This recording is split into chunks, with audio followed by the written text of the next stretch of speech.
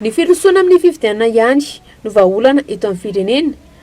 ary tsy ekena intsony sy ny Tede Zamita ho nambarany Andriamatoa Parana Auguste Androany izay kandida hirotsaka ho filoham-pirenena ny fahasivy ny volana Novambra ho avy izao. Araka ny nambarany dia efa niomanatry ny ela ny antoko izay miaraka aminy ary manaporofo izany izao fanaterana antota taratasy filatsam-kofidiana izao. Nambarany moa fa tsy manam-pahavalo izaniza ny tenany ary manana ny vinany manokana fa tsy makatahaka ny hafa. Iny moa zany avy nanatitra ny dossier teo. Dossier tena feno agny sy mbola misy zavatra hoteriny koa magnaraka fa larobia sy mivelogna androany satria ty raharam-pirenena sy raha hoe atao hirahira sangisangy zavatra ela zany nagnomanana iny ty ary zay tonga nanaovana nanganana an'le parti saratafiny sady misy projet de société mazava tsara sy projet de société vidigny fa tena zahay misy nirédigé anazy zahay fondateur iny zao vita zany le resaka momba ny fanapetrahana iny dossier iny moa dia sisy zavatra nipianina atao fa dia complet tsara misy dossier fa dia hiatrika ny manaraka amin'izay zany zavatra atao zao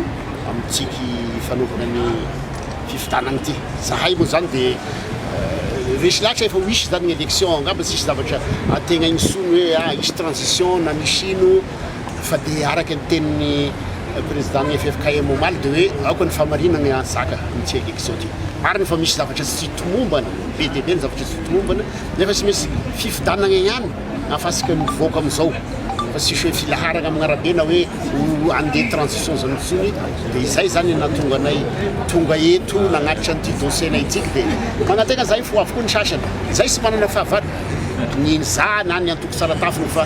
ny fahantrana ihany ny fahavalonay ary ireo kandida hafa mpifaninana izy ireo fa sy fahavalonay koa. Tsy nanasatra ho kandida filoham-pirenena Parana Auguste ny fikarakarana ireo antota taratasy amin'ny firotsam-kofidiana raha ny fanazavana.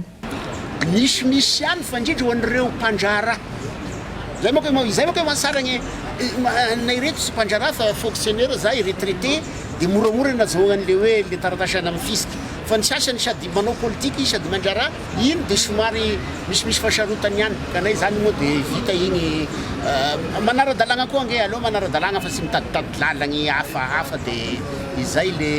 izy zany fa zay dia voniny hiatrika an'io voniny zay hiatrika ny élection to zay efa nanatitra ny dossier ty zay ho efa niomagna ela be fa aza fangaro kosa ny oeraoera izy am'le hoe izy ny manambola izy ny sy manambola fa izay matetiky misy ny problème zay hoe ana fa dia fay dia voniny ampiasa koa zay tsy haika efa ampiseho zay tsy haika efa nay hita nge io amin'ny débany